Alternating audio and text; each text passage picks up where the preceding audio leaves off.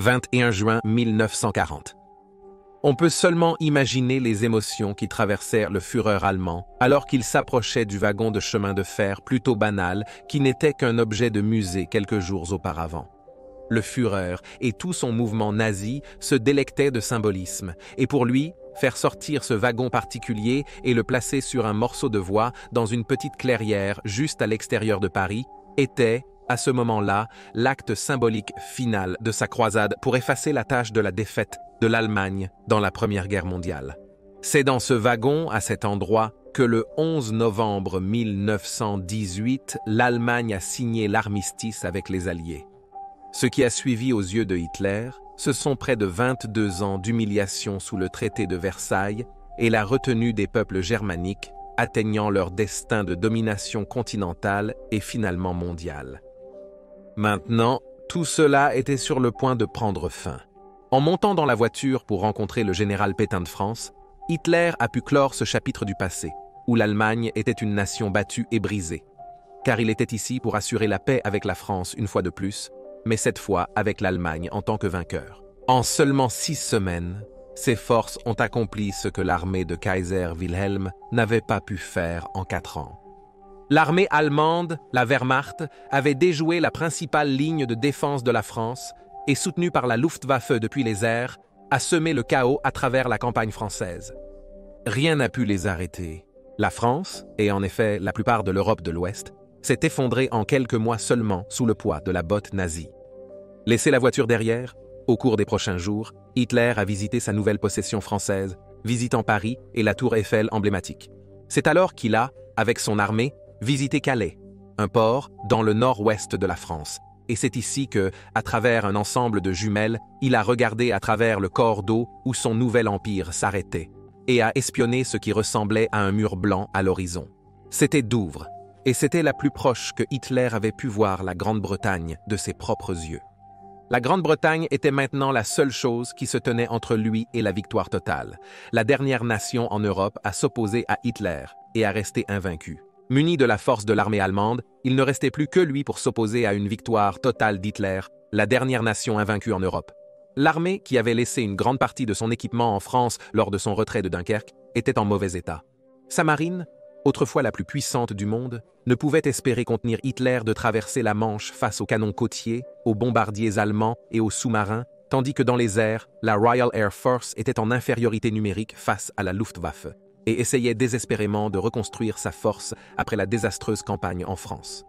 Dans l'euphorie de ses succès, l'armée allemande, malmenée, a laissé une partie de son équipement en France en se retirant de Dunkerque. Hitler était certain que le Premier ministre britannique récemment nommé, Winston Churchill, n'aurait d'autre choix que de demander la paix. Il avait tort. Churchill a clairement fait comprendre que la Grande-Bretagne ne se rendrait jamais à la tyrannie nazie, que les troupes d'Hitler allaient devoir se battre pour chaque centimètre carré des îles britanniques, car dans l'esprit de Churchill et du monde libre lui-même, la reddition n'était tout simplement pas une option.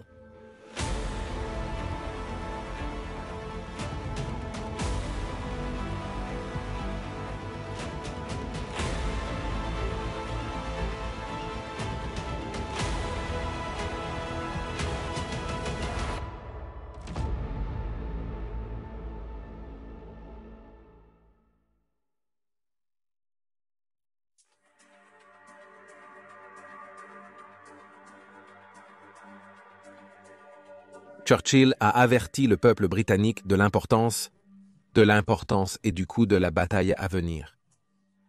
Ce que le général Weygand a appelé la bataille de France est terminé. Je prévois que la bataille d'Angleterre est sur le point de commencer. De cette bataille dépend la survie des chrétiens et autres.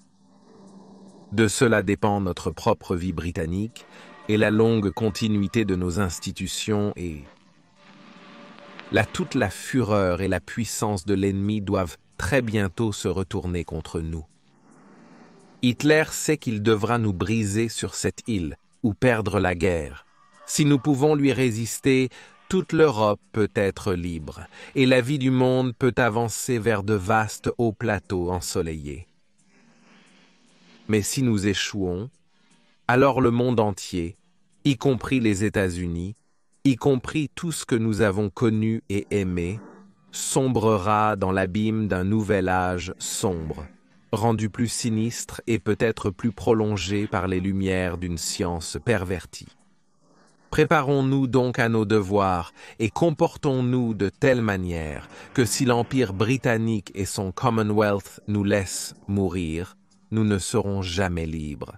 Embrassons-nous donc à nos devoirs et comportons-nous de telle manière que si pendant 1000 ans, les hommes diront encore « c'était leur heure la plus glorieuse ».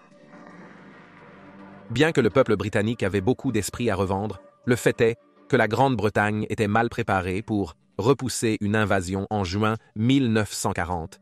L'état d'esprit prédominant parmi les alliés occidentaux de la Grande-Bretagne et de la France était presque fixé sur l'idée qu'au déclenchement de la guerre, le monde allait assister à une répétition du système de combat statique. À cet égard, la mobilisation des deux pays en septembre 1939 semblait presque refléter celle qui a eu lieu à l'été 1914, avec la Grande-Bretagne formant une autre force expéditionnaire britannique pour soutenir la France dans sa résistance à l'assaut allemand quand il est finalement arrivé. Sous le commandement du général Lord Gort, les éléments avancés de la BEF sont arrivés en France le 9 septembre 1939. Et au cours des mois suivants, il a grossi en silence. Les armées françaises et allemandes qui seraient engagées dans la bataille de France étaient sur le point de s'accroître, car la Grande-Bretagne a presque immédiatement introduit la conscription avec la loi sur le service national peu de temps après le déclenchement de la guerre, exigeant que tous les hommes aptes âgés de 18 à 41 ans servent dans les armées françaises et allemandes. France. Pendant ce temps, la France mobilisait ses forces à la frontière avec l'Allemagne et la ligne Maginot de défense, que Paris croyait garder l'armée allemande hors de France. Pourtant, malgré la propagande française contraire, la ligne Maginot n'était pas une ligne de défense solide, s'étendant sur toute la largeur de la frontière est de la France. Il y avait de nombreuses lacunes, où l'on croyait que les obstacles naturels rendraient inutile la construction de défense. Elle s'arrêtait également à la frontière belge, et Hitler en profiterait pleinement, envahissant la Belgique neutre, contournant ainsi la ligne Maginot, laissant ses forces déborder en France, capturant des objectifs clés, encerclant les troupes alliées, tentant de se retirer de la désormais défunte ligne Maginot, et créant une crise de refuges qui entravait presque tous les mouvements des troupes alliées. Dans les cieux, des tactiques et des avions supérieurs ont permis aux pilotes de chasse de la Luftwaffe allemande de régner en maître sur les forces aériennes françaises et britanniques. Beaucoup de pilotes de chasse allemands avaient déjà appris leur métier en combattant dans la guerre civile espagnole et avaient réalisé que les formations de chasseurs devaient être flexibles, en contraste frappant avec les tactiques britanniques, par exemple, qui reposaient fortement sur des formations suivant à la lettre les instructions de leur leader, quelles que soient les circonstances. Alors que la bataille pour la France faisait rage et que Hitler semblait presque invincible, la RAF a subi de lourdes pertes aux mains des Allemands, et pour un homme en particulier, cela était particulièrement alarmant, étant donné que sa mission était de protéger la Grande-Bretagne elle-même. Son nom était le maréchal en chef de l'air Sir Hugh Dowding, et il était le commandant en chef du commandement des chasseurs de la RAF, la branche du service responsable de la défense aérienne. Dowding a lu les rapports venant de France avec alarme et a réalisé, peut-être plus tôt que la plupart, que la France allait tomber. Il a écrit au ministère britannique de l'air, donnant son avis négatif sur la situation et conseillant de ne pas envoyer plus de chasseurs en France. Sachant que bientôt, ces hommes seraient engagés dans une bataille pour la survie de la Grande-Bretagne elle-même. En résumé, il a écrit « Dowding aurait son mot à dire, mais cela n'a fait qu'aliéner davantage les alliés français de la Grande-Bretagne qui se sentaient abandonnés par les Britanniques, déjà remis de la guerre. » Avec les survivants de la BEF atteignant les plages de Dunkerque, les combattants de Dowding ont pu voler depuis leur base dans le sud-est de l'Angleterre pour couvrir l'évacuation. Pour le commandement des chasseurs de la RAF, c'était leur dernière chance d'avoir un avant-goût de ce à quoi ressemblerait le prochain combat pour la Grande-Bretagne. Le chef de la Luftwaffe, Hermann Göring, avait promis à Hitler que son armée de l'air pourrait écraser la flotte d'évacuation sauvant la BEF, sans avoir à engager des forces terrestres dans une bataille coûteuse et macabre pour détruire les armées en retraite sur les plages.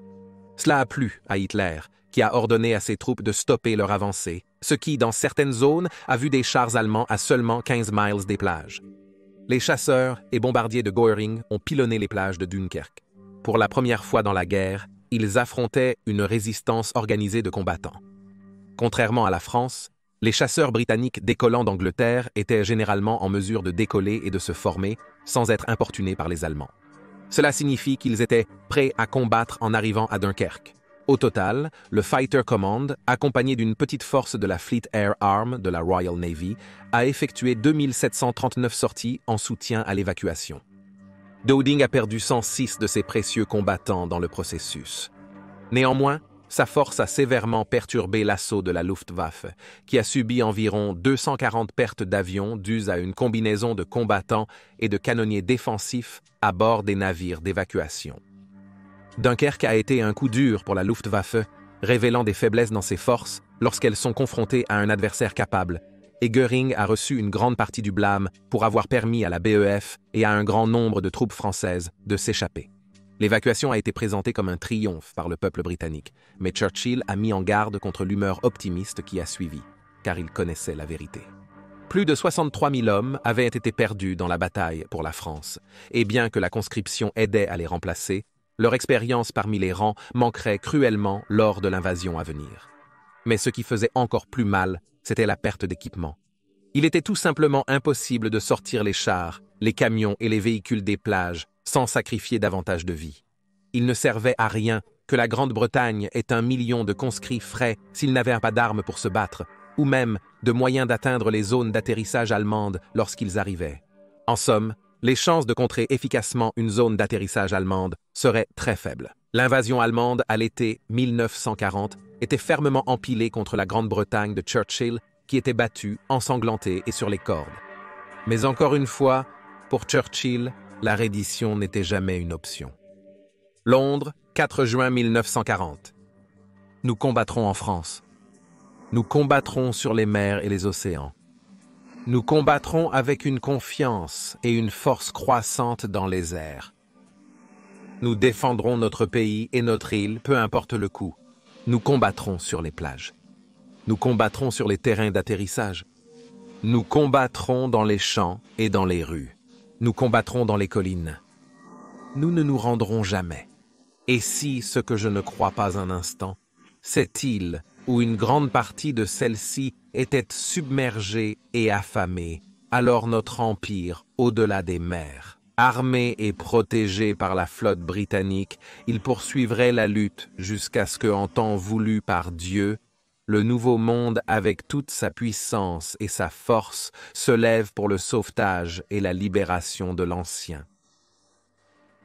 Même si le peuple britannique trouvait du réconfort dans le fait que leurs terres n'avaient pas été envahies avec succès depuis l'époque des Vikings, combattant armadas et empereurs, il y avait un sentiment que le pays avait été détruit. Il n'avait jamais connu un péril tel que celui-ci. Mais bien sûr, avant tout cela, les Allemands devaient réellement y arriver. La Manche, une étendue d'eau de moins de 20 miles de large à son point le plus étroit entre la Grande-Bretagne et la France, avait stoppé les Allemands dans leur élan. Mais tout le monde savait que cela ne pouvait pas rester ainsi si Hitler voulait sa victoire totale. Et ainsi, il a élaboré ses plans pour traverser la Manche. Toutefois, la RAF était blessée, mais elle était toujours dans le combat, comme elle l'avait prouvé sur Dunkerque. Et en l'état en juillet 1940 tenter de traverser soit par mer, soit par air, subirait des pertes effroyables aux mains des avions britanniques. Jusqu'en juillet 1940, Hitler semblait avoir une ressource en abondance. Le temps. Il avait décidé quand l'Allemagne devrait se réarmer. Il avait décidé quand elle devrait commencer à récupérer ses territoires et ses peuples perdus. Il avait décidé quand ses forces se rendraient en Pologne. Et c'était lui qui avait décidé quand il frapperait à l'ouest. Mis à part les actions de sondage des Français, Londres et Paris avaient mené une guerre principalement défensive dès le début, répondant au mouvement du Führer sur le continent, espérant peut-être qu'une paix négociée pourrait être conclue avant le début d'une guerre à grande échelle. Maintenant, cependant, le temps jouait contre lui. La guerre était imminente, avec 2 facteurs clés pour l'invasion future de la Grande-Bretagne. Premièrement, il y avait la question du temps. Hitler avait triomphé en France au moment idéal pour traverser la Manche, quand le climat favorisait une traversée sécurisée d'une grande force d'invasion. En effet, beaucoup en Grande-Bretagne et à travers le monde se demandaient pourquoi Hitler n'a pas immédiatement suivi l'armée britannique à travers la Manche et engagé les forces britanniques lorsqu'elles étaient à leur plus vulnérables. La réponse était assez simple. Ni Hitler ni ses généraux pouvaient traverser la Manche. Ils n'avaient jamais prévu la nécessité de mener une telle invasion et étaient donc totalement impréparés.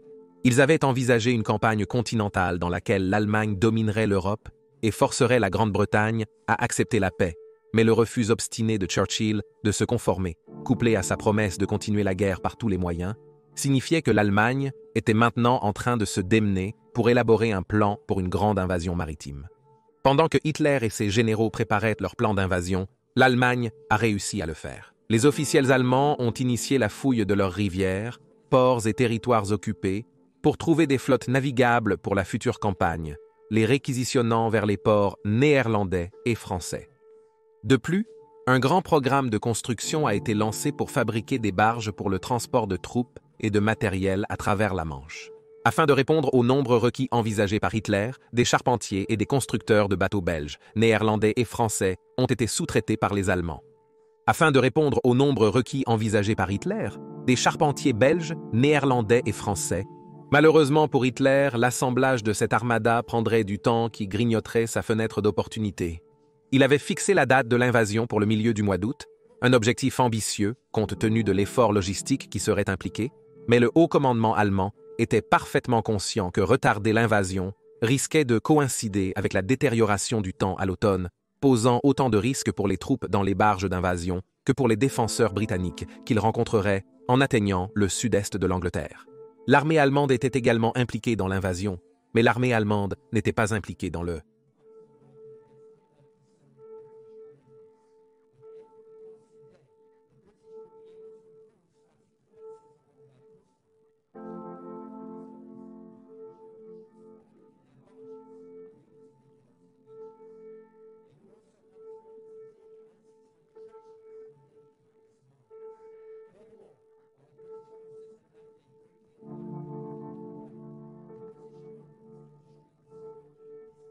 aidant à renouveler leurs forces en produisant des véhicules, des armes, des balles et, de manière cruciale pour la bataille à venir, des avions. En effet, alors que le personnel de Hitler avait des opinions divergentes sur plusieurs questions concernant l'invasion, une chose sur laquelle ils étaient tous d'accord était que la Royal Air Force allait devoir être détruite en premier, ou l'invasion ne pourrait pas commencer. Même si la Luftwaffe surpassait en nombre les avions britanniques lors de la traversée éventuelle, un seul avion britannique pourrait mitrailler ou bombarder une barge de jusqu'à 40 soldats allemands. Répéter cela encore et encore, couplé à la possibilité d'une charge suicidaire dans la Manche par la Royal Navy, déterminée à faire autant de dégâts que possible, et la Manche semblait prête à être teintée de rouge par le sang des deux côtés. En tant que chef de la Luftwaffe allemande, c'est une fois de plus sur les épaules d'Hermann Göring que reposait la tâche de détruire la RAF, et contrairement à beaucoup d'autres dans le cercle intime de Hitler, qui étaient inquiets de la bataille à venir, il se délectait de la tâche à accomplir. Göring était encore sous le choc de l'échec de son armée de l'air à anéantir la flotte d'évacuation britannique à Dunkerque. Et maintenant, on lui présentait une occasion de rédemption en ouvrant efficacement la porte de la Grande-Bretagne à Hitler. Quant aux menaces de la Royal Navy, la neutralisation de celle-ci reposait sur le chef de la Kriegsmarine allemande, l'amiral Erich Raeder. Comme Göring et la Luftwaffe, Raeder et son service avaient également un niveau plutôt élevé, profil taché sur leur dossier concernant la bataille du Rio de la Plata, qui a eu lieu dans l'Atlantique Sud le 13 décembre 1939 avec le capitaine du cuirassé de poche allemand Graf Spee qui a été dupé en sabordant son navire. Contrairement à Göring, cependant, Raeder avait sa flotte de sous-marins pour le racheter, qui donnait déjà aux Britanniques un véritable casse-tête en coulant du matériel de guerre vital qui était expédié de l'Empire britannique pour le maintenir dans le combat. Cela a plu à Hitler, et avec la guerre offrant à l'Allemagne de nouvelles ressources, il a récompensé Raeder en lui permettant de poursuivre son ambitieux programme de cuirassés. Cependant, Raeder a été contraint de réitérer au Führer que la guerre était arrivée 5 ans trop tôt pour la marine allemande, qui était à un désavantage significatif par rapport à la flotte domestique britannique, du moins en termes de nombre. Et c'était la supériorité numérique britannique qui a décidé de la bataille pivot de Jutland lors de la Première Guerre mondiale. Armé de cette connaissance, Raeder a élaboré un plan visant à éloigner la Royal Navy de la force d'invasion allemande aussi longtemps que possible, préférant ne pas avoir à se battre avec eux si cela était possible. Son plan était un simple cas de tromperie. Dans les jours précédant l'invasion, sa flotte de surface sortirait en mer du Nord, où elle serait inévitablement repérée. Présumant qu'ils étaient à la recherche de convois britanniques, la Royal Navy enverrait ses navires de guerre pour les intercepter, les éloignant des îles britanniques et donnant à l'Allemagne le temps de lancer la première vague de l'invasion.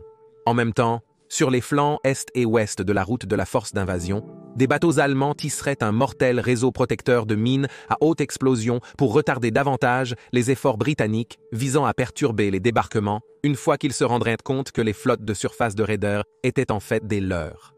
Les avions allemands et les sous-marins lanceraient également des attaques contre les navires de la Royal Navy alors qu'ils tentaient de s'engager dans la Manche, les réduisant avec des bombes et des torpilles. Cependant, bien que les plans de protection de la force d'invasion aient été assez bien conçus, les détails de l'invasion proprement dite étaient encore en cours d'élaboration dans les couloirs du pouvoir allemand. De nombreux problèmes ont entravé la phase de planification du haut commandement allemand, peut-être le plus grand étant les personnalités de ceux impliqués, avec à la fois l'opinion et parfois l'ego jouant un rôle pour frustrer les choses. Officiellement, Hitler était le chef suprême des forces armées allemandes, et il aurait dû apporter de l'ordre à ce chaos. Cependant, ce n'était pas toujours le cas. Le problème avec le commandement des forces armées par Hitler était le système totalement inflexible qui exigeait que ses généraux passent par lui sur presque toutes les questions importantes, les laissant incapables d'agir quand il n'était pas là, comme lorsqu'il faisait du tourisme à Paris. De plus, lorsqu'il était là, plutôt que d'agir en tant que juge-président les opinions des différentes branches de l'armée allemande et choisissant le meilleur cours d'action d'un point de vue objectif, très souvent, il avait ses propres idées, ce qui a encore plus frustré les procédures. Il y avait un certain nombre de facteurs que l'armée allemande devait prendre en compte, tels que où atterrir en Grande-Bretagne, quelle devrait être la taille de la première vague, comment seraient-ils approvisionnés et quels devraient être leurs objectifs. Il y avait ensuite la question de la taille que devrait avoir la force d'invasion globale, étant donné qu'ils devaient maintenant aussi faire face à la fourniture de la sécurité pour les territoires occupés par l'Allemagne, en Tchécoslovaquie, en Pologne, en Scandinavie et en Europe de l'Ouest. Les Français, par exemple, verraient-ils l'exode de tant de troupes allemandes vers la Grande-Bretagne comme une opportunité de se soulever et de tirer essentiellement l'armée allemande dans le dos? Enfin, comment vaincraient-ils la Grande-Bretagne une fois sur place, étant donné qu'ils étaient apparemment dirigés par un fou à Downing Street, déterminé à mener son pays dans une lutte pour chaque pouce de sol britannique? Ainsi, alors que Hitler autorisait l'invasion, le 16 juillet 1940, il restait encore beaucoup à régler avant que Göring ne détruise la RAF dans les 30 jours prévus par Hitler, qui avait placé toute l'opération sous le nom de code Lion de mer.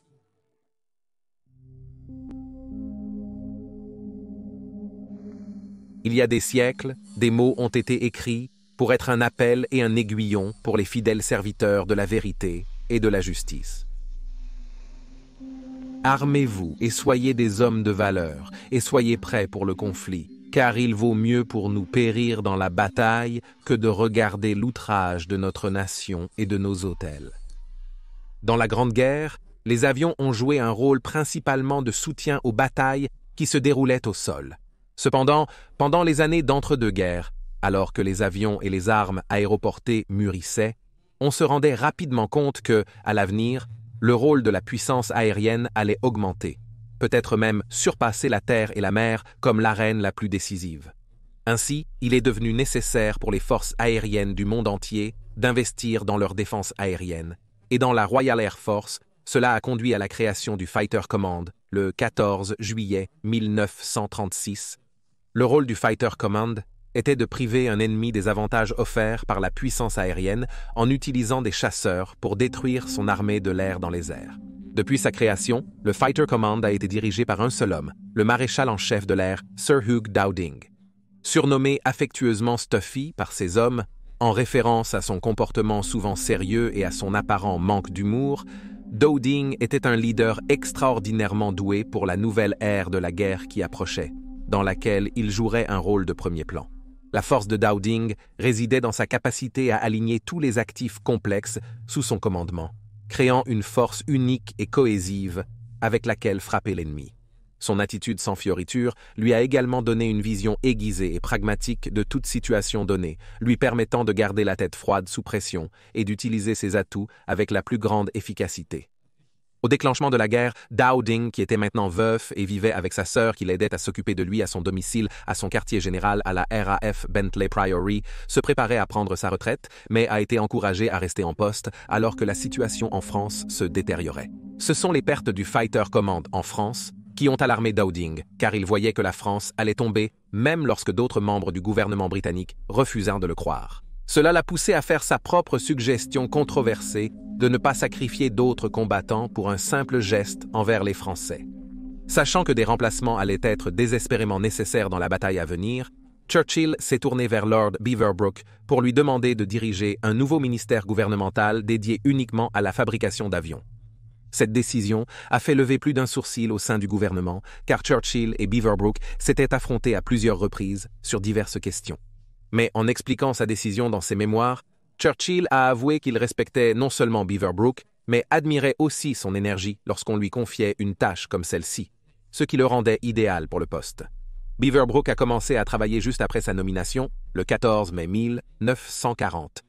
L'urgence était telle qu'avant qu'un bâtiment administratif approprié puisse être trouvé, Beaverbrook faisait tout son travail depuis son domaine de campagne.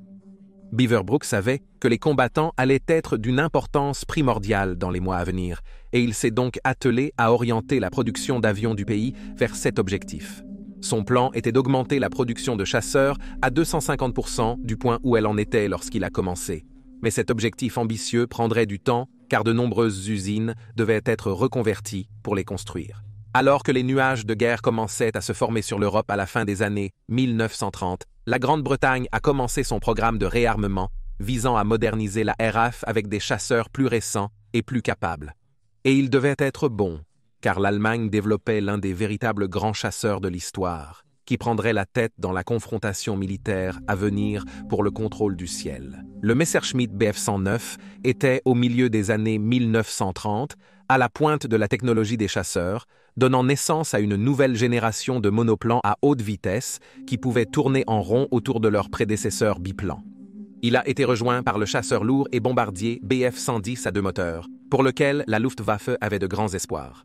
Le Bf 110 s'est avéré remarquablement adaptable, capable d'assumer une variété de rôles et possédant une puissance de feu très lourde dans le nez, ainsi qu'un deuxième membre d'équipage avec une arme défensive dans le cockpit arrière pour tirer sur un chasseur attaquant.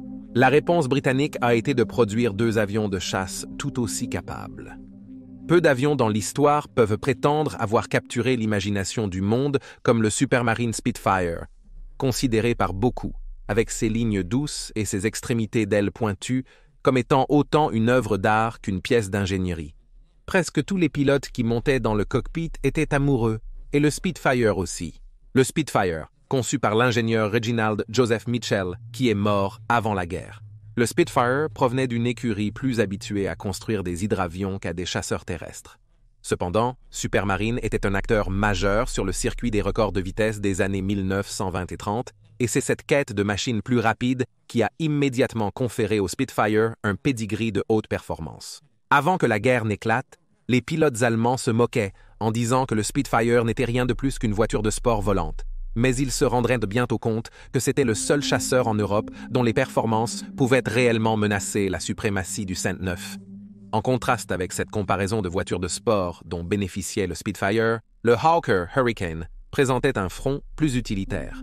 C'était un chasseur qui semblait être construit pour infliger beaucoup de dommages dans un combat aérien et, si nécessaire, pour en encaisser. Et c'est exactement ce qu'il a fait. Conçu par un autre grand ingénieur britannique, Sir Sidney Cam, le Hurricane avait une lignée qui remontait à une série de chasseurs biplans et de bombardiers légers réussis, tels que le Hawker Nimrod et Fury, qui partagent tous un certain aspect familial dans la conception de leur fuselage. Entrant en service dans la RAF en décembre 1937, 8 mois avant le Spitfire, le Hurricane était le premier chasseur opérationnel du service capable de voler à plus de 3 fois 300 miles par heure, Et bien que le Spitfire ait peut-être accaparé une grande partie de la vedette dans les films de propagande, le fait qu'il y avait 18 escadrons de Hurricane disponibles pour combattre un commandement par rapport à seulement 10 escadrons de Spitfires signifiait qu'une grande partie du fardeau de la défense aérienne de la Grande-Bretagne reposait carrément sur les épaules des pilotes de Hurricane. Les concepteurs et fabricants des deux avions ont adopté des techniques et des processus différents pour produire leurs engins respectifs. Le Hurricane avait une peau de fuselage, avec la méthode éprouvée de lin enduit sur une structure en bois et en métal, tandis que le Spitfire présentait un corps entièrement en métal, amenant un observateur du prototype à proclamer qu'il était fait de fer blanc. Cependant, la volonté de la RAF de standardiser autant que possible ces avions pour alléger la charge sur la chaîne d'approvisionnement a conduit les deux avions à partager un certain nombre de composants et, par conséquent, à avoir des forces et des faiblesses similaires. Plus particulièrement, les deux avions ont adopté le moteur V12 Rolls-Royce Merlin qui, contrairement à la croyance populaire, ne tire pas son nom du sorcier de la légende arthurienne, mais plutôt de l'oiseau de proie Falco Columbarius. Comme le Spitfire, le Merlin est né sur le circuit de course dans les années 1930 et lorsqu'il fonctionne avec du carburant à 100 octanes, il est évalué à 1310 chevaux. Cela suffisait pour propulser le Spitfire Mark VIII à une vitesse maximale de 360 km/h à 18 600 pieds dans les airs, juste 3 miles par heure, plus lent que le Bf-109E. Déployé par la Luftwaffe en 1940, le Hurricane, avec son aile plus épaisse, traînait derrière à 322 mph. Cependant, le Bf-109 bénéficiait d'un taux de montée légèrement supérieur à celui des deux autres avions. Cependant, les performances des premiers Merlin présentaient un inconvénient sérieux par rapport au DB610 équivalent, le moteur du 109E, alors que le DB601 allemand avait une injection de carburant qui poussait le carburant dans les cylindres. Le Merlin utilisait toujours des carburateurs pour acheminer le carburant au moteur, utilisant la gravité pour le pousser vers les cylindres. Par conséquent, lorsqu'un Spitfire ou un Hurricane roulait, s'inversait, ou que le pilote inclinait trop rapidement le nez en poursuivant un avion allemand, il éprouvait brièvement une absence de gravité, et le moteur était déplacé et momentanément privé de carburant, ce qui les faisait tousser et perdre de la puissance, un scénario potentiellement mortel dans un combat aérien. Des efforts ont été faits pour rectifier ce problème sur le terrain, comme apprendre aux pilotes à rouler avant de plonger, mais cela donnait encore plus de temps à un pilote allemand pour s'échapper. Une autre caractéristique commune à ces deux avions était un armement principal composé de 8 mitrailleuses Browning, un coup phénoménalement puissant pour les avions du milieu des années 1930 lorsqu'ils ont été conçus. C'était 2 fois la puissance de feu des premiers modèles de Bf-109, mais encore une fois, cette décision aurait un inconvénient à l'été 1940. Les canons d'avion de l'époque dans le monde entier étaient principalement des variantes de mitrailleuses utilisées par l'armée, et les Brownings de la RAF ne faisaient pas exception. En tant que tels, ils étaient chambrés pour la cartouche standard 303 de l'armée britannique, encore une fois, dans le cadre d'un effort national pour soulager la charge de l'équipe logistique, avec une balle qui convient à tous. Malheureusement, en 1939, avec l'avènement de la production de design de bombardiers tels que l'armure plus lourde et les réservoirs de carburant auto-obturants, la cartouche 303 perdait de plus en plus son efficacité dans le rôle RR. Avoir 8 canons déversant des salves sur la cible a certainement aidé à renforcer leur impact, mais il était clair que la configuration actuelle allait devoir être remplacée.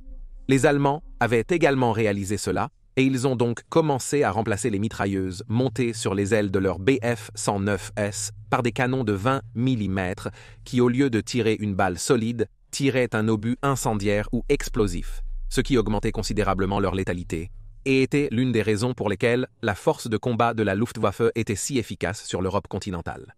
Malgré ces inconvénients, comparés au Bf-109, il y avait un domaine dans lequel les chasseurs britanniques excellaient, leur taux de virage très élevé. Avant le déclenchement de la bataille, un engagement idéal s'est formé dans l'esprit des planificateurs britanniques lorsqu'ils affrontaient les raids aériens allemands, où les Spitfire attaqueraient les escortes allemandes Bf-109 utilisant leur performance supérieure pour les engager au combat et les éloigner des bombardiers.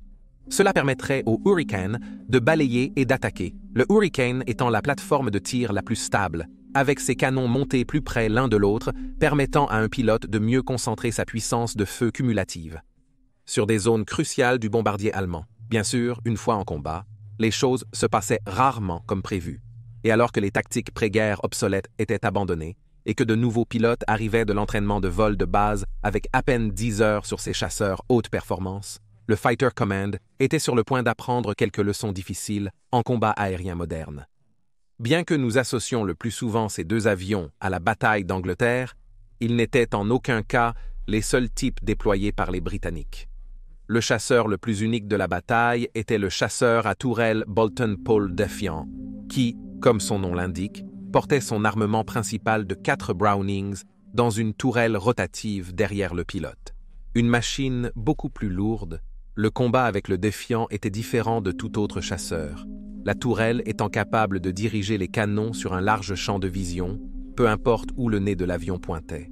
Cet avantage, potentiellement décisif dans la guerre, a malheureusement été annulé par les pilotes de chasse allemands qui ont appris à les attaquer de l'avant et par le bas, et donc leur utilisation contre les escortes était minimale. Cependant, ils sont restés des destructeurs de bombardiers efficaces, à condition qu'ils soient laissés sans contestation pour attaquer.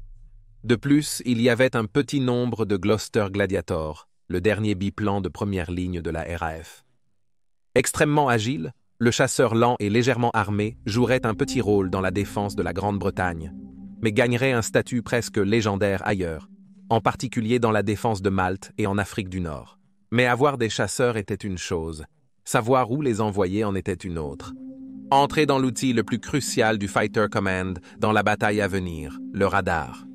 Le radar, un acronyme pour Radio Detection and Ranging, était encore une nouvelle technologie en 1940, mais il avait déjà révolutionné la posture défensive du Fighter Command. La Grande-Bretagne n'était en aucun cas le seul pays avec la technologie radar, mais c'est la façon dont le Fighter Command de Dowding l'utiliserait qui s'avérerait si cruciale dans les jours à venir. Alors que les Allemands utilisaient leurs radars comme des jumelles, permettant aux commandants locaux de voir les avions ennemis à mesure qu'ils approchaient de son unité, Dowding a plutôt créé un réseau complexe de stations radars surnommé Chain Home pour détecter les raids entrants et ensuite transmettre ces informations à un quartier général centralisé, responsable de toutes les opérations de chasseurs dans une zone donnée. Protégeant le sud-est de l'Angleterre, y compris Londres, le groupe numéro 11 commandé par le vice-maréchal de l'air Keith Park, basé à la RAF Uxbridge, subirait le plus gros des attaques allemandes à venir, renforcé par le groupe numéro 10 qui couvrait le sud-ouest de l'Angleterre et le groupe numéro 12 qui couvrait les Midlands et l'East Anglia. Depuis leur salle de contrôle, chaque commandant de groupe avait une vue imprenable sur les événements qui se déroulaient en temps réel, ce qui leur permettait d'utiliser leurs ressources avec une efficacité maximale. Par exemple, au lieu de faire décoller tous les avions pour poursuivre une seule force allemande, comme c'était la pratique auparavant, ils pouvaient maintenant en envoyer juste assez pour la gérer, gardant ainsi d'autres escadrons en réserve, au cas où la force allemande précédemment repérée agissait dans le cadre d'une attaque plus large.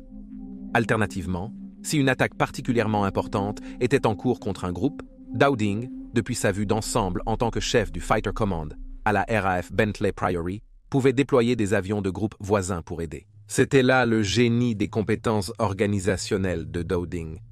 Il a créé un réseau de défense aérienne complexe mais flexible pour opposer autant de forces que possible aux attaquants, et était si innovant qu'il a posé les fondations des systèmes de défense aérienne intégrés modernes d'aujourd'hui. L'inconvénient du radar, cependant, est qu'il ne pouvait pas indiquer à Dowding la taille et la composition de l'attaque allemande qu'il détectait.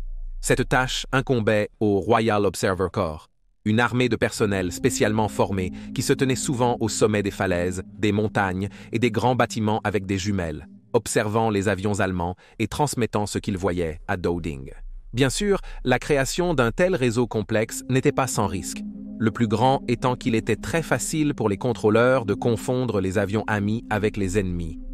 Et donc, afin de prévenir les cas de tirs amis, les chasseurs britanniques ont commencé à être équipés d'un dispositif radio connu sous le nom d'IFF, signifiant identification ami ou ennemi.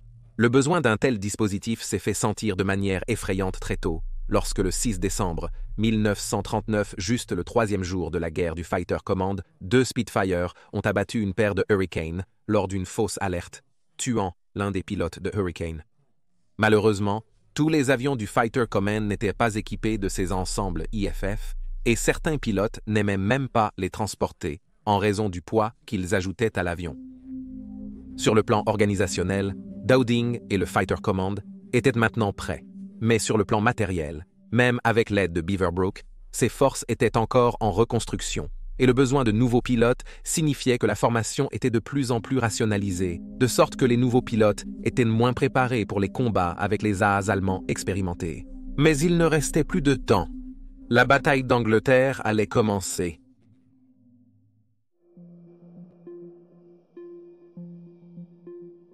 Le 1er juillet 1940, les troupes d'Hitler ont débarqué sur les îles anglo-normandes. Situées si près de la France, les Britanniques ne pouvaient guère les arrêter.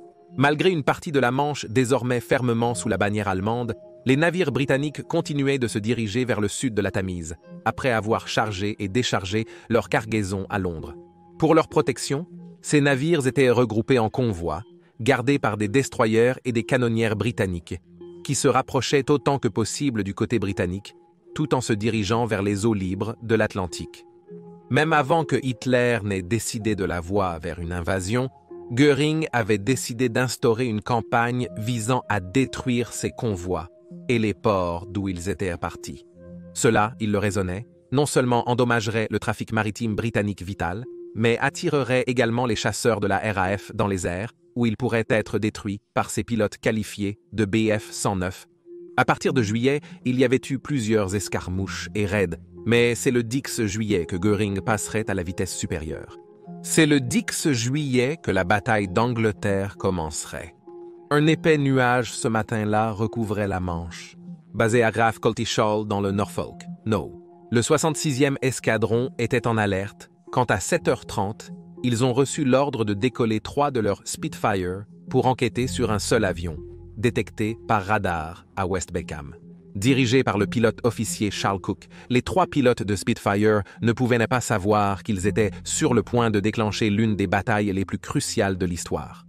Perçant à travers l'épais nuage, ils ont repéré l'intrus à 10 000 pieds et ont identifié la silhouette menaçante et mince d'un bombardier bimoteur Dornier 17.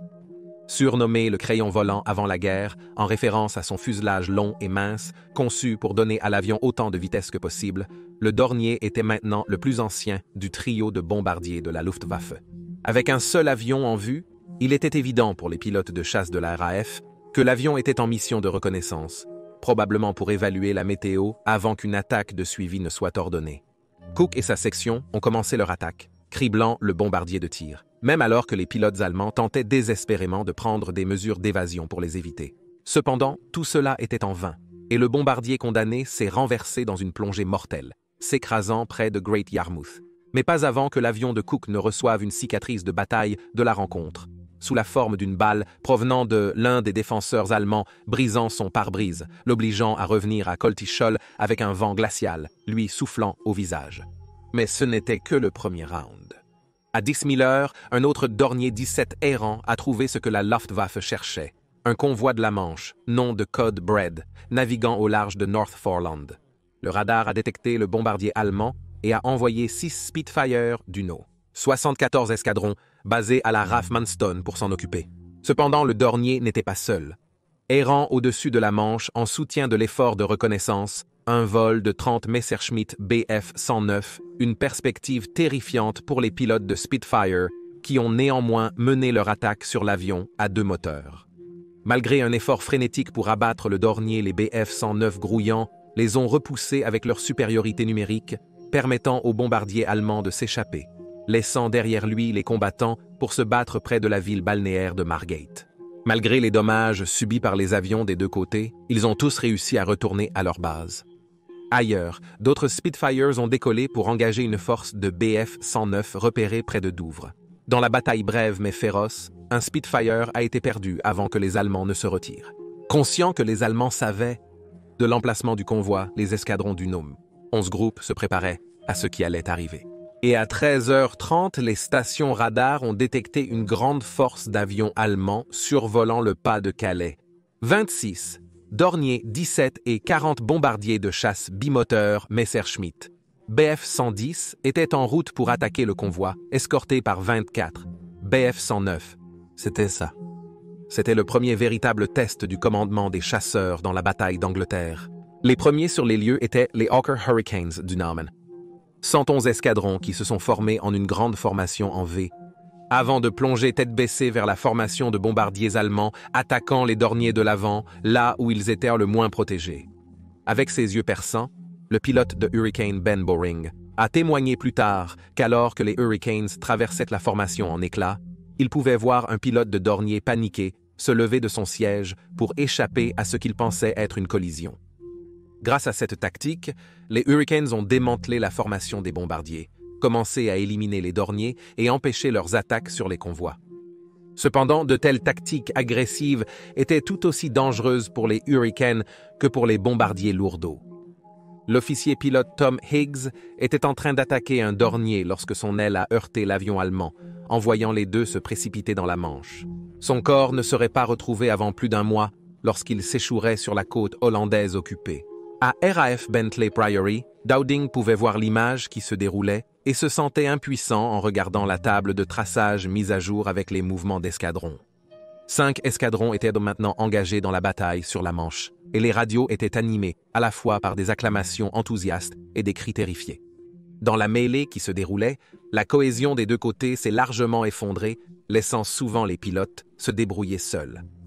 L'officier pilote Bob Doe a rapidement constaté que son Spitfire était non seulement touché par un Bf-109 derrière lui, mais aussi simultanément par un autre devant lui, paralysant son chasseur et le forçant à s'éjecter, d'où il a vu ses deux attaquants presque se percuter de plein fouet l'un contre l'autre.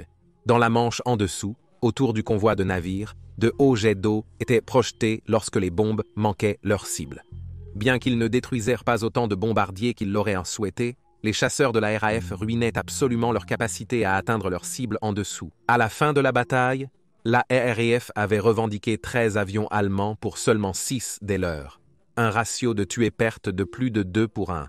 Mais alors que c'était une cause de célébration parmi les escadrons qui voyaient ce jour comme une victoire, pour Dowding, la victoire était douce amère, car dans son esprit calculateur, il connaissait la vérité. Avec environ 750 chasseurs opérationnels affrontant une force de 2700 avions de guerre allemands, si le Fighter Command avait un espoir de gagner la bataille d'Angleterre, les chasseurs britanniques allaient devoir réaliser 2 fois plus de tués à l'avenir. Sinon, par simple attrition, ils seraient réduits à la défaite. Mais la bataille au-dessus de la Manche n'était pas la seule attaque allemande ce jour-là, car la Luftwaffe avait également lancé une astucieuse attaque à longue portée contre la ville portuaire galloise de Swansea, volant au sud des îles britanniques avant d'attaquer depuis l'ouest. Prenant totalement par surprise les défenses britanniques, la force de 70 bombardiers allemands a endommagé de nombreux navires dans le port, une usine de munitions, une ligne de chemin de fer vitale et tué 30 personnes dans le processus. Telle était la surprise totale de l'attaque que tout avion de la RAF dans la zone a été dépêché pour les intercepter, y compris un remorqueur de cible Hawker Henley, piloté par le Wing Commander Ira Jones, un vétéran de la Première Guerre mondiale, et lui-même un Gallois de naissance et d'éducation. Armé de rien de plus qu'une fusée éclairante, il a poursuivi un Junkers Ju 88 allemand et l'a tiré sur le bombardier, espérant le mettre en feu, bien qu'il n'ait eu aucun impact. L'attaque sur Swansea a simultanément montré à quel point les Allemands pouvaient être rusés et à quel point les ressources du Fighter Command étaient tendues.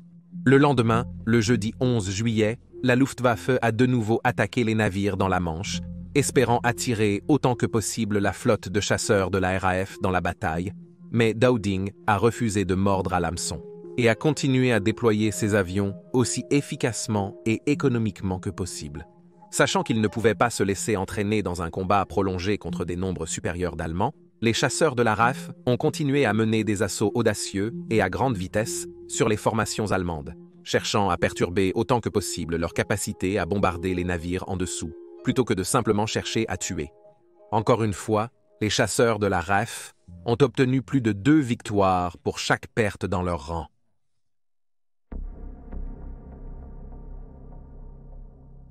Le mauvais temps a entravé les opérations de la Luftwaffe au cours des jours suivants, mais ils sont rapidement revenus en force et le détroit de Douvres est devenu connu de la RAF sous le nom de coin de l'enfer. Déterminés à détruire leurs homologues, les pilotes de chasse de la Luftwaffe rôdent au-dessus de la Manche, incitant le Fighter Command à les attaquer. Mais les pilotes de la RAF ont pour instruction de ne pas gaspiller d'avions et de pilotes en les engageant. Les bombardiers sont les avions qui font vraiment des dégâts, Et donc, les avions britanniques se détournent simplement des chasseurs, sachant que le talon d'Achille du Bf-109 est sa courte portée, et ils ne peuvent pas poursuivre. C'est à ce moment-là que le Fighter Command a également commencé à effectuer l'une de ses tâches les plus controversées. Des hydravions allemands, marqués de grandes croix rouges, étaient souvent observés en train d'atterrir pour récupérer leurs aviateurs abattus après une bataille, et la RAF avait auparavant laissé ses avions de secours vaquer à leurs occupations sans être inquiétés, car ils récupéraient également les pilotes de la RAF abattus. Cependant, il allait été rapidement réalisé qu'il n'y avait rien pour les empêcher de signaler les positions de tous les convois qu'ils apercevaient, et donc l'ordre est venu aux escadrons de commencer à les abattre. Avec l'intensification de la bataille d'Angleterre, Neri, le 19e escadron basé à la RAF d'Oxford a commencé à recevoir ce que beaucoup espéraient donnerait au Spitfire son coup fatal contre les bombardiers allemands. Comme on le craignait avant la guerre, les 8 mitrailleuses Browning du Spitfire et de l'Hurricane ne faisaient pas autant de dégâts qu'on l'espérait, obligeant les pilotes à se rapprocher de leur cible, où l'énergie des balles avait un effet beaucoup plus grand à l'impact. Cela accroissait bien sûr le risque dû aux artilleurs défensifs allemands. Ainsi, des essais avaient commencé pour remplacer certaines des Browning et quelques Spitfire par des canons hispano de 20 mm et non. Le 19e escadron devait les essayer au combat. Malheureusement, ces premiers essais ont été décevants. L'aile du Spitfire n'était pas conçue pour une arme aussi grande, et donc le canon devait être monté latéralement pour qu'il puisse s'adapter, ce qui le rendait sujet à des enrayements, car il était secoué dans la violence d'un combat aérien. Néanmoins, la promesse d'un Spitfire armé d'un canon était telle que Supermarine s'est rapidement mis à concevoir un nouveau support pour l'arme. Mais entre-temps, les Spitfire continuaient de voler avec leurs 8 canons Browning. Confrontés au même problème avec leur Hurricane, Hawker travaillait à la hâte sur une nouvelle aile universelle pour leurs chasseurs. Celle-ci était censée avoir 4 canons de 20 mm, mais en cas d'échec, la nouvelle aile pouvait également accueillir un nombre franchement stupéfiant de 12 Brownings. Des exemples des deux étaient prévus, mais ils ne seraient pas prêts avant septembre. Pendant ce temps, les Allemands utilisaient également leur célèbre bombardier en piqué, le Junkers Ju-87 Stuka, contre les convois. Avec la supériorité aérienne allemande sur l'Europe, ces bombardiers légers, monomoteurs, plutôt lents, se sont forgés une réputation terrifiante pour leur capacité à plonger de manière abrupte et à placer des bombes sur des cibles aussi petites qu'une voiture, quelque chose d'inconcevable avec les techniques de bombardement à niveau. Ils auraient donc dû avoir beaucoup plus de succès à toucher les navires dans la Manche, mais les Britanniques semblaient presque toujours prêts pour eux lorsqu'ils lançaient leurs attaques, comme celle du samedi 12 juillet. Se préparant à commencer leurs attaques en piqué sur les navires britanniques, un vol de Stukas s'est soudainement retrouvé sous attaque lorsque des chasseurs britanniques ont plongé du soleil et ont commencé à les abattre, malgré une lourde escorte de Bf-109S. 9 avions allemands ont été détruits, soulignant la vulnérabilité croissante du Stuka face aux puissants chasseurs britanniques, tandis que seulement 3 avions de la RAF ont été perdus. Alors que juillet touchait à sa fin, les pilotes de chasse allemands étaient de plus en plus frustrés par la tournure des événements. Le mauvais temps continuait de limiter le nombre d'attaques que la Luftwaffe pouvait mener contre les convois et les incursions dans les ports britanniques, et lorsque les attaques avaient lieu, les Britanniques poursuivaient leur style d'attaque rapide et furtif, refusant de s'engager dans la bataille chaque fois que possible. Les Allemands étaient également perplexes quant à la capacité presque clairvoyante des chasseurs britanniques à savoir où ils se trouvaient, toujours apparemment à les attendre, ayant atteint une altitude supérieure à celle des bombardiers, prêts à faire leurs attaques tranchantes à grande vitesse. Bien sûr, la réponse était les radars de la chaîne domestique et la structure de commandement méticuleuse de Dowding, mais ces faits échappaient à Göring, qui n'avait pas encore saisi leur importance. Cependant, cela était sur le point de changer.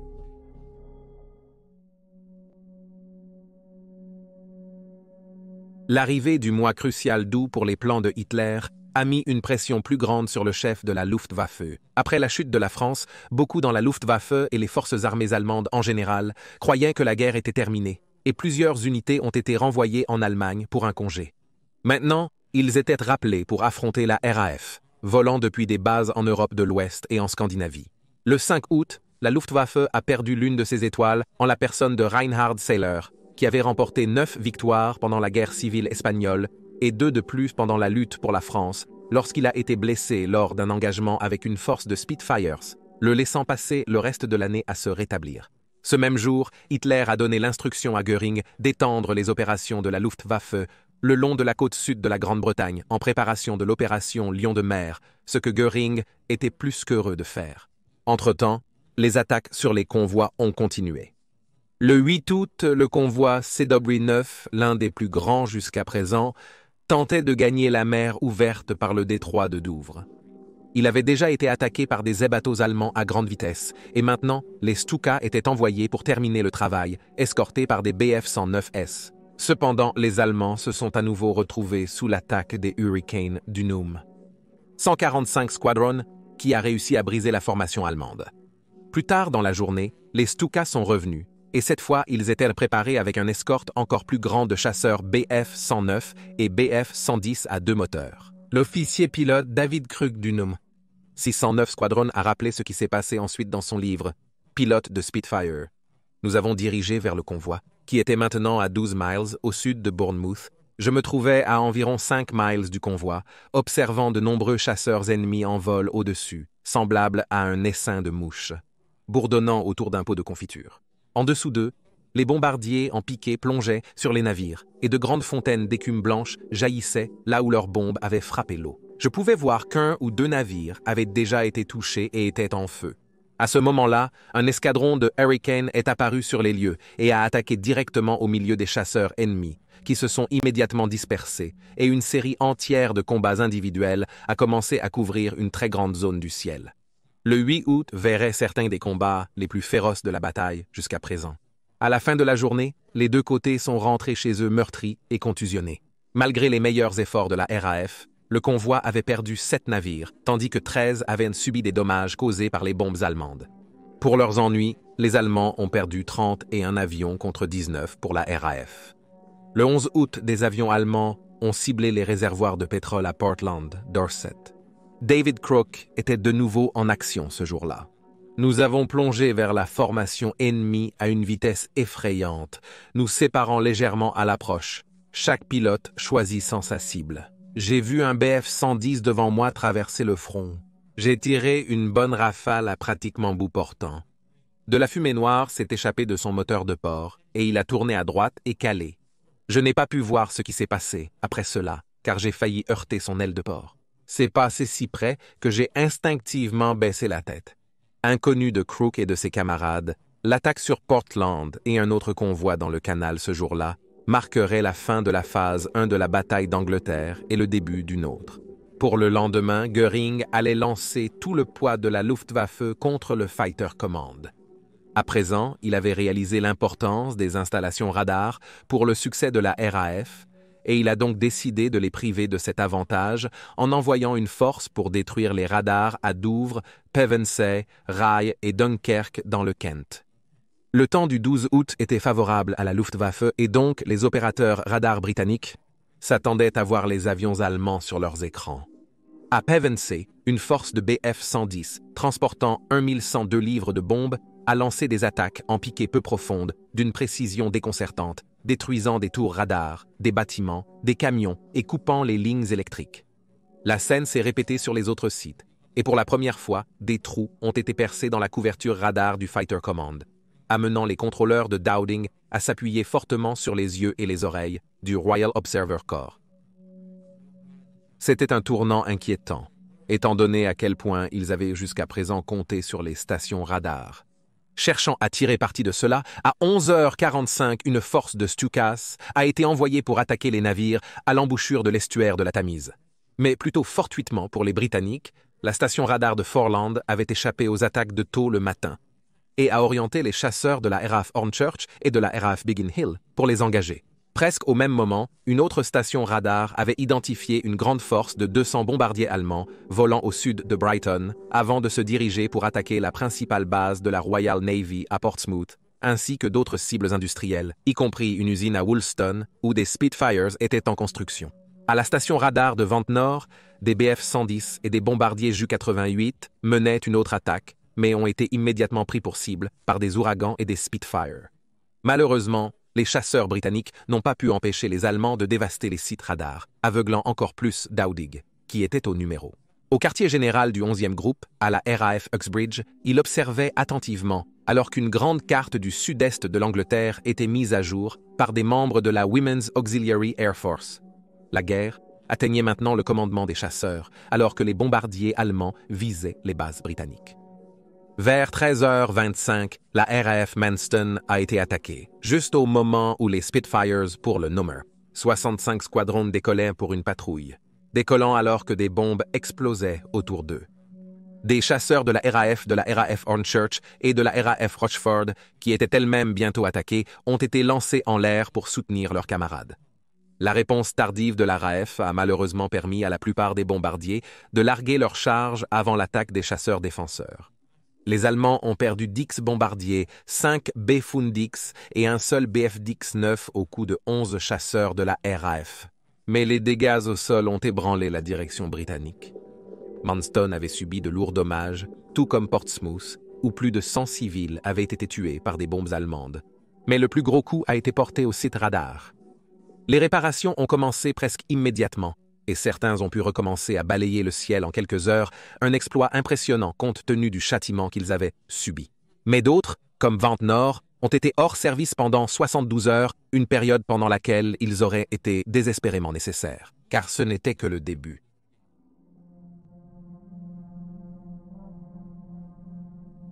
Alors que la date initiale fixée par Hitler pour le début de l'opération Lion de mer approchait rapidement, il devenait de plus en plus évident que ses forces n'étaient pas prêtes à traverser la Manche. Même en excluant le fait que la RAF apparaissait toujours en force, les préparations pour la traversée étaient incomplètes, tout comme les détails finaux du plan global.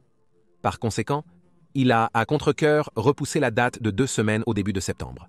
En attendant, c'était à Göring et à la Luftwaffe de lancer une offensive majeure contre la RAF, dont le but serait de détruire toutes les bases de chasseurs de la RAF dans le sud-est de l'Angleterre, et ainsi obtenir la supériorité aérienne sur les zones d'invasion.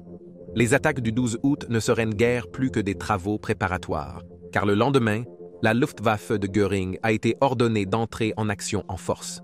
Près de 1400 avions, la plus grande armada aérienne de l'histoire jusqu'à ce point, devait être opposé aux bases du Fighter Command en une seule journée, une journée que Göring appellerait Aldertag ou Jour de l'Aigle. Avec des attaques de suivi de plus en plus fortes prévues au cours de la semaine suivante, Göring et son personnel étaient extrêmement confiants qu'avec leur grande offensive du 20 août, les seuls avions qui survoleraient le sud-est de l'Angleterre porteraient la croix gammée. Cependant, à l'insu de Göring, des fissures commençaient déjà à se former dans le plan.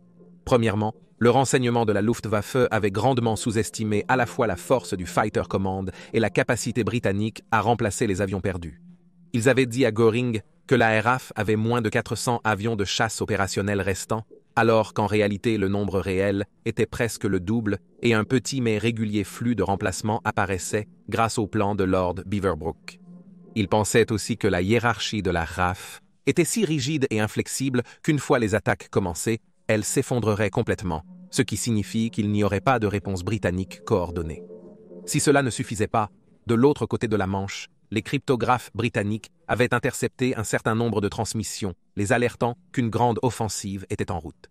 Alors que la Luftwaffe décollait de ses bases, il a rapidement été révélé qu'ils étaient ceux qui opéraient avec une structure de commandement inflexible et inefficace, ce qui posait des problèmes pour les pilotes alors qu'ils commençaient à se former. Avec le changement de temps, les Allemands ont d'abord décidé d'annuler l'attaque, mais de nombreux avions étaient déjà en vol à ce moment-là. Ainsi, un groupe de Bf-10 qui, sans savoir que les bombardiers qu'ils devaient escorter étaient rentrés à la base, ont traversé la Manche pour chercher des cibles, mais ont été pris en embuscade par des chasseurs britanniques, subissant de lourdes pertes. De plus, une force de bombardiers allemands a mené ses attaques contre l'armée de l'air, dans les champs à East Church et Sheerness, malgré l'absence d'escorte de chasseurs. Ils ont été sauvés de l'annihilation totale grâce à une erreur de communication de la part du corps des observateurs. Lancée à nouveau dans l'après-midi, l'armada allemande a bourdonné son chemin à travers la Manche, étant suivie par les stations radar restantes et les membres du corps royal des observateurs. Dans un effort pour protéger leurs bombardiers, la force de chasseurs de la Luftwaffe a volé devant le groupe de bombardiers, dans l'intention d'attirer les défenseurs de la RAF dans une bataille où ils pourraient être détruits. À la fin de la journée, les bombardiers ont pu trouver leur cible. Malheureusement pour eux, à l'insistance de Dowding, les pilotes de chasse de la RAF se sont abstenus de les engager, attendant plutôt l'arrivée des bombardiers. Le mauvais temps a entravé la capacité des bombardiers allemands à trouver leur cible, plusieurs aérodromes civils ayant été touchés par erreur, y compris l'aérodrome qui deviendrait un jour l'aéroport de Heathrow. D'autres bombardiers ont plutôt attaqué leurs cibles secondaires, comme les zones industrielles, mais ceux qui ont trouvé leur cible ont causé des dégâts considérables. Cependant, encore une fois, le renseignement de la Luftwaffe a échoué les équipages de bombardiers, car certaines des cibles touchées n'avaient presque rien à voir avec le commandement des chasseurs, comme l'attaque de Stuka sur la RAF d'Etling, qui abritait une formation de bombardiers de patrouille de commandement côtier, mais pas de chasseurs. Dans les airs, les chasseurs de la RAF ont continué à mener leurs attaques contre les bombardiers. Les chasseurs de la RAF sont restés au sol le plus longtemps possible pour maximiser leur efficacité, de carburant pour se mêler à l'armada allemande. À la fin de la journée, 13 chasseurs de la RAF avaient été perdus, mais ils avaient détruit 47 avions allemands. De plus, l'attaque allemande n'avait pas réussi à perturber beaucoup les opérations du commandement des chasseurs. Mais encore une fois, de manière assez incroyable, ce fait avait d'abord échappé à Göring, qui croyait toujours que la RAF était à bout de souffle. Il a été davantage encouragé par les rapports de son propre pilote qui l'ont amené à croire qu'autant que 70 avions de la RAF avaient été abattus lors des engagements de la journée, bien que cela soit, bien sûr, une surestimation grossière. La RAF, elle aussi, avait surestimé leur succès pour la journée, ce qui, assez fortuitement, a eu un impact majeur sur le moral. Les attaques de la journée ne se sont pas limitées aux aérodromes ou même au sud-est de l'Angleterre. Plus tard dans la soirée, les forces de bombardiers allemands ont mené des raids contre des usines d'avions aussi loin que Birmingham et même Belfast en Irlande du Nord, tandis que des cibles industrielles au sud du pays de Galles et à Aberdeen en Écosse ont également été touchées, mais ont subi des dommages relativement légers. Tout au long de la journée, l'armada allemande a rencontré une résistance acharnée, mais le renseignement de la Luftwaffe a assuré à Göring qu'un dommage considérable avait été infligé à la RAF. En réalité, cependant, Aldertag a été un échec lamentable. Néanmoins, l'offensive de Göring n'était pas finie. Le jour suivant, le 14 août, a commencé avec des ouragans pour le 151e escadron à la RAF North Weald. Envoyé pour détruire un Dornier DO-17 en vol de reconnaissance, un ouragan étant perdu face aux artilleurs défensifs du bombardier dans le processus. Alors que le Fighter Command attendait patiemment des nouvelles de l'arrivée de la force ennemie principale, peu d'entre eux, en dehors de la RAF Manston, étaient au courant du drame qui s'était déroulé là-bas depuis l'attaque 2 jours auparavant. Maintenant rappelé comme la mutinerie de Manston, un groupe de recrues brutes qui avaient été traumatisés par l'attaque allemande précédente, s'étaient barricadés dans des abris souterrains et refusaient de sortir. À 1140 heures, les stations radars ont de nouveau détecté une grande formation se construisant sur Calais en France. 4 escadrons du Fighter Command ont été mis en état d'alerte, 2 de Hurricane et 2 de Spitfire, et alors que les Allemands prenaient une route vers le détroit de Douvres, la RAF s'est précipitée pour intercepter.